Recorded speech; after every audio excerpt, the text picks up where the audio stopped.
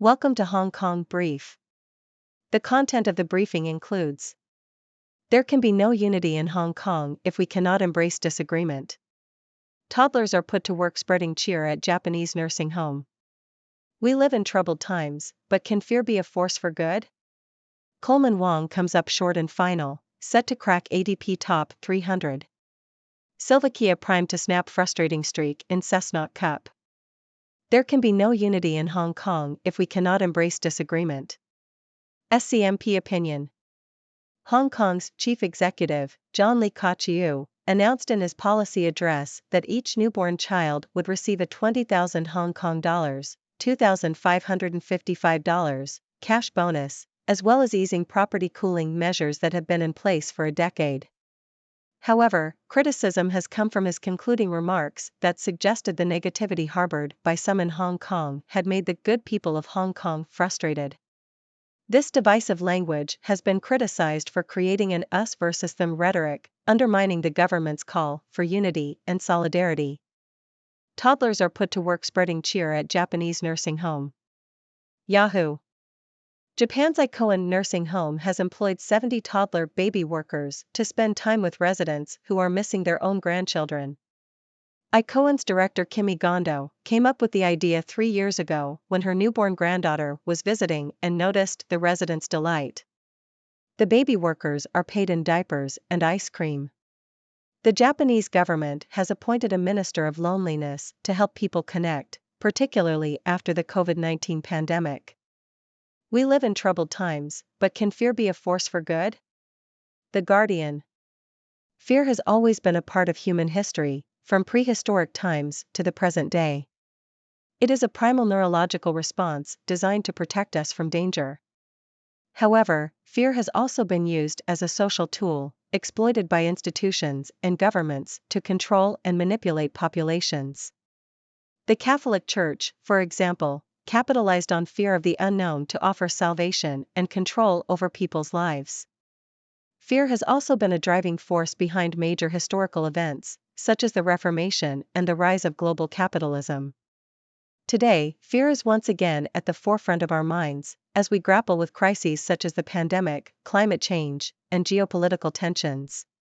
However, fear can also be a force for change, driving us to take action and protect the values we hold dear. It can be a check on power and a rallying call for justice and equality.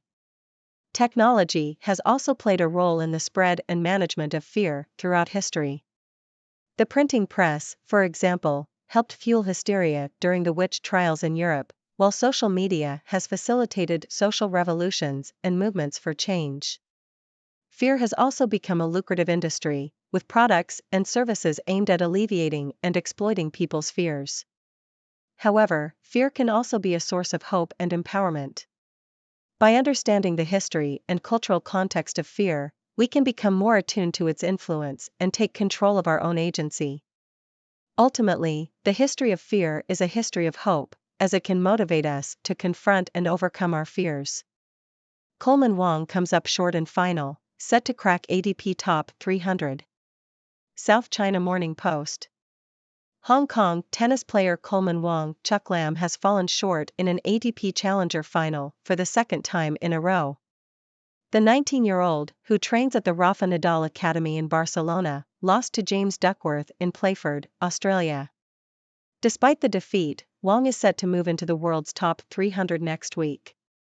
He had already climbed 116 places in the ATP rankings on October 23.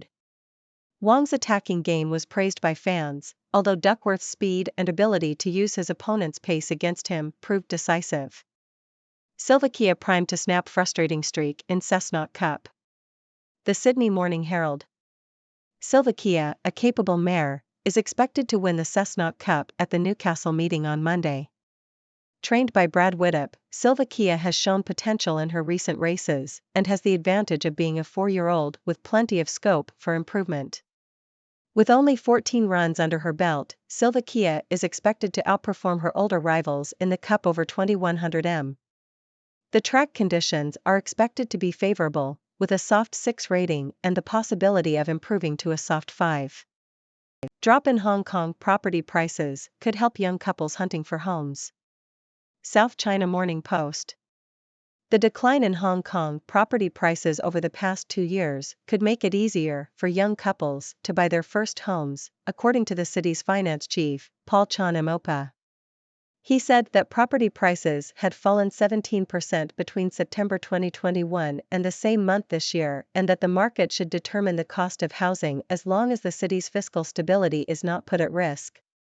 However, Chan acknowledged that property remained expensive and unaffordable for most people and said it was important for authorities to provide more subsidized housing.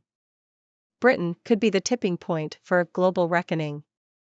Telegraph. Noel Quinn, CEO of HSBC, has warned of a global reckoning as government debts continue to rise.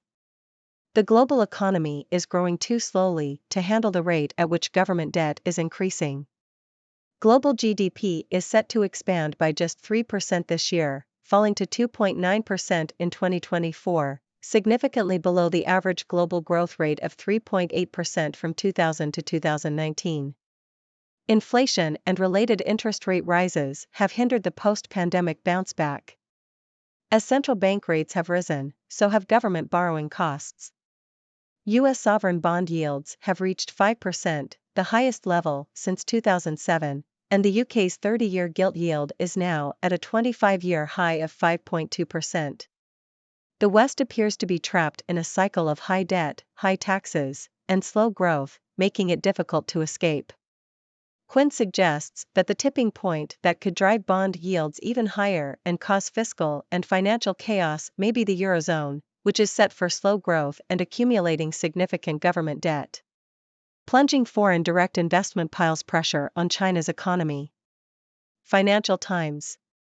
Foreign direct investment, FDI, into China fell by 34% YoY in September, the biggest decline since monthly figures became available in 2014, according to data from the Chinese Commerce Ministry. FDI has been declining steadily since May, with double-digit percentage declines recorded every month since then. The decline in FDI contrasts with the boom in foreign investment that China experienced during the pandemic. The weakness in FDI adds to the pressure on Beijing and local governments as they seek to counter an economic slowdown. BOJ policy meeting, Hong Kong FinTech Week, Australia, PM visits China. Nikkei Asia. The Bank of Japan is expected to announce its monetary policy decision this week, as the yen hovers around 150 per US dollar. Malaysian Prime Minister Anwar Ibrahim will visit Singapore, while Australian Prime Minister Anthony Albanese will travel to Beijing for the first visit by an Australian Prime Minister to China since 2016. Hong Kong will host its signature FinTech Week, with a focus on navigating Web 3.0 and opening up retail crypto investments. India will launch a new import management system to monitor shipments of laptops and tablets. Mainland Chinese employment agents offer Hong Kong dishwasher jobs for high fee. South China Morning Post. Recruitment agents in mainland China are charging job seekers up to 25,000 Chinese yuan, $3,410, to secure dishwasher jobs in Hong Kong, despite a rigorous work visa process on both sides of the border. Job adverts for dishwashers in Hong Kong have increased on Chinese social media platform Xiaohongshu recently. However, the adverts have vague job descriptions and little information about the restaurants the employers would be working for. Hong Kong authorities have arrested 927 illegal workers so far this year, higher than the 886 taken into custody for the whole of 2020. BNP Paribas lauds Hong Kong's family office incentives, vibrant ecosystems. South China Morning Post. Hong Kong's appeal as a regional hub for family offices has been boosted by new investment incentives announced by Chief Executive John Lee Ka-chiu, according to Arnaud Tellier, CEO of BNP Paribas Asia Wealth Management Unit. The investment migration program for wealthy individuals and their families will offer fast-track residency for at least 30 million Hong Kong dollars, $3.8 million, of investment in local stocks or other assets. The government aims to attract 200 new family offices to the city by 2025. Chinese-designed solar cell set to transform renewable energy. South China Morning Post. Chinese researchers have developed a perovskite solar cell with a power conversion efficiency of 25.6% and 90% of its initial efficiency after 1,200 hours of operation at 65 C. The team at City University of Hong Kong used a three-dimensional structure for the self-assembled monolayer (SAM) interfacial layer, which was anchored to a stable nickel oxide film to boost the cell's lifetime performance and energy conversion capabilities, according to a paper published in Science. The researchers said the technology has significant potential for commercialization. How Meeting Man United legend Charlton left Hong Kong football star gobsmacked. South China Morning Post. Bobby Charlton, a Manchester United icon who died last week, will be honored with a minute's applause before Sunday's Manchester Derby. One young player who was inspired by Charlton paid tribute to him, saying how he was initially unaware of who Charlton was when he first saw him at the training ground. However, when he saw the pictures of Charlton lining the academy building walls, he realized who he was and was amazed at how respected he was. The player was blown away by the fact that Charlton would regularly ask about his family and described him as a nice man. U.S. squabble over ESG won't derail global trend towards more reporting, CFA Institute. South China Morning Post.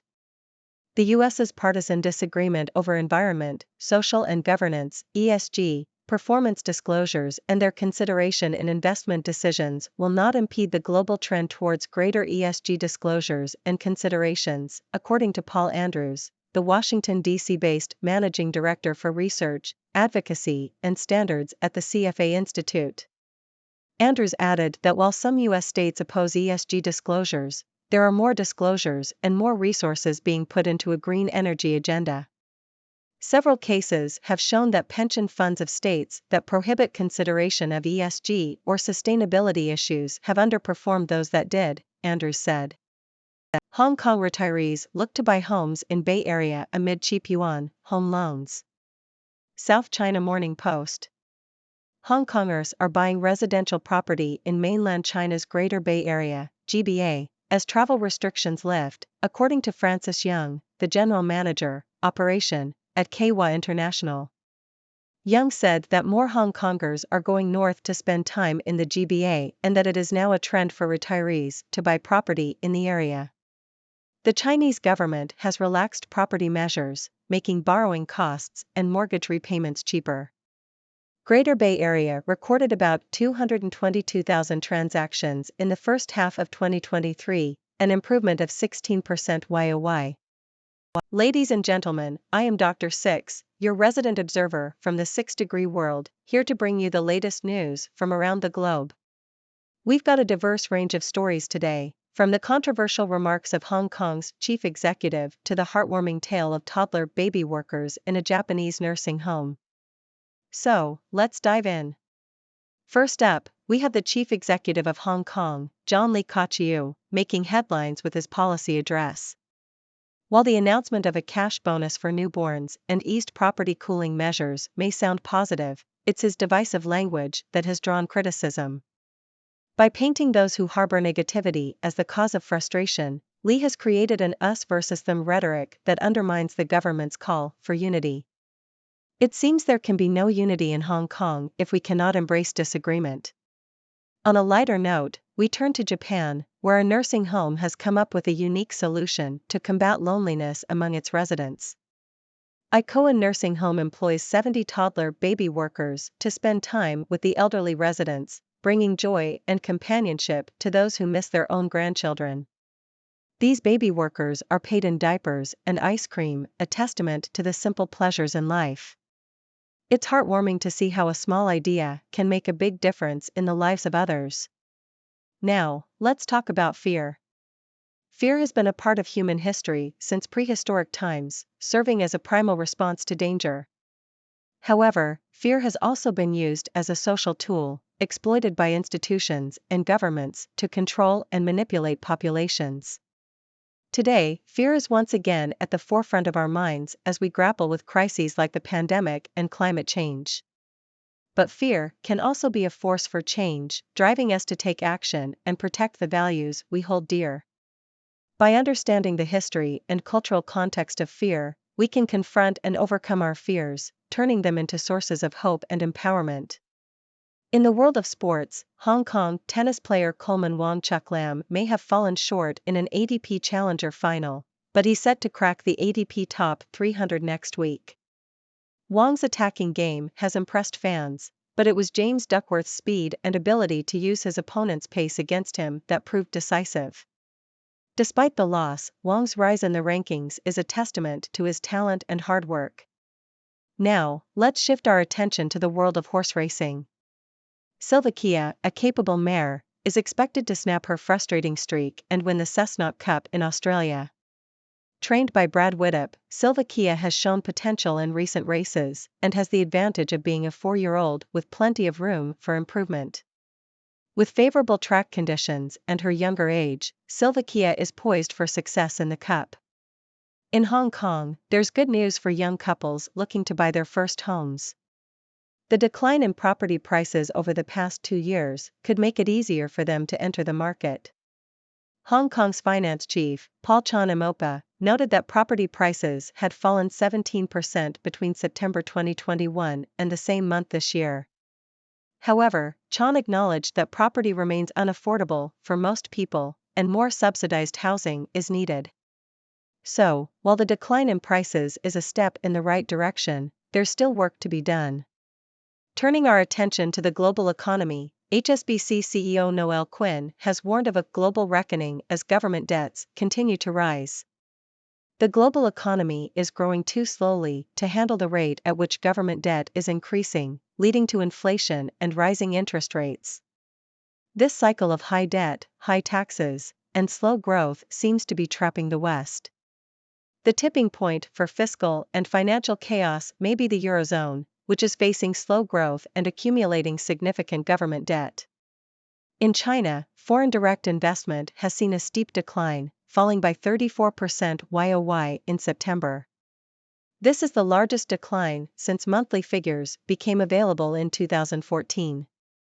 The decline contrasts with the boom in foreign investment that China experienced during the pandemic. This decline in FDI adds pressure on Beijing and local governments as they seek to counter an economic slowdown. Now, let's take a look at some upcoming events. The Bank of Japan is expected to announce its monetary policy decision this week, and will be keeping a close eye on the yen exchange rate. Malaysian Prime Minister Anwar Ibrahim will visit Singapore, while Australian Prime Minister Anthony Albanese will travel to Beijing, marking the first visit by an Australian Prime Minister to China since 2016. Hong Kong will be hosting FinTech Week, focusing on navigating Web 3.0 and retail crypto investments. And India is set to launch a new import management system to monitor shipments of laptops and tablets. In some concerning news, recruitment agents in mainland China are charging job seekers exorbitant fees to secure dishwasher jobs in Hong Kong. Despite rigorous work visa processes on both sides of the border, these agents are preying on job seekers' desperation. Hong Kong authorities have been cracking down on illegal workers, but the issue persists. It's disheartening to see people being taken advantage of in their pursuit of a better life. On a more positive note, Hong Kong's appeal as a regional hub for family offices has been boosted by new investment incentives. The government's investment migration program offers fast-track residency for substantial investments in local assets. By attracting more family offices to the city, Hong Kong aims to strengthen its position as a wealth management center. In the world of renewable energy, Chinese researchers have developed a groundbreaking solar cell with impressive efficiency and stability. This perovskite solar cell has a power conversion efficiency of 25.6% and retains 90% of its initial efficiency after 1,200 hours of operation at high temperatures. This breakthrough has significant potential for commercialization and could transform the renewable energy landscape. Lastly, we pay tribute to Manchester United legend Bobby Charlton, who passed away recently. One young player who was inspired by Charlton shared a touching story of meeting him at the training ground. Initially unaware of Charlton's significance, the player was gobsmacked when he saw the pictures of Charlton lining the academy building walls and realized how respected he was. It's a reminder of the impact and legacy that sporting icons can leave behind. That's all for today's news roundup. I hope you enjoyed the stories and found them as fascinating as I did. Now, it's time for you to join the discussion. What are your thoughts on these stories? Do you have any questions? Let's hear it from our audience. What's on your mind? Thank you for tuning in. The content above showcases the latest briefing reports and analytical synopses, thoughtfully curated by the 6Do team. These insights stem from a wide array of reputable media outlets, think tanks, government sources, and specialized experts worldwide.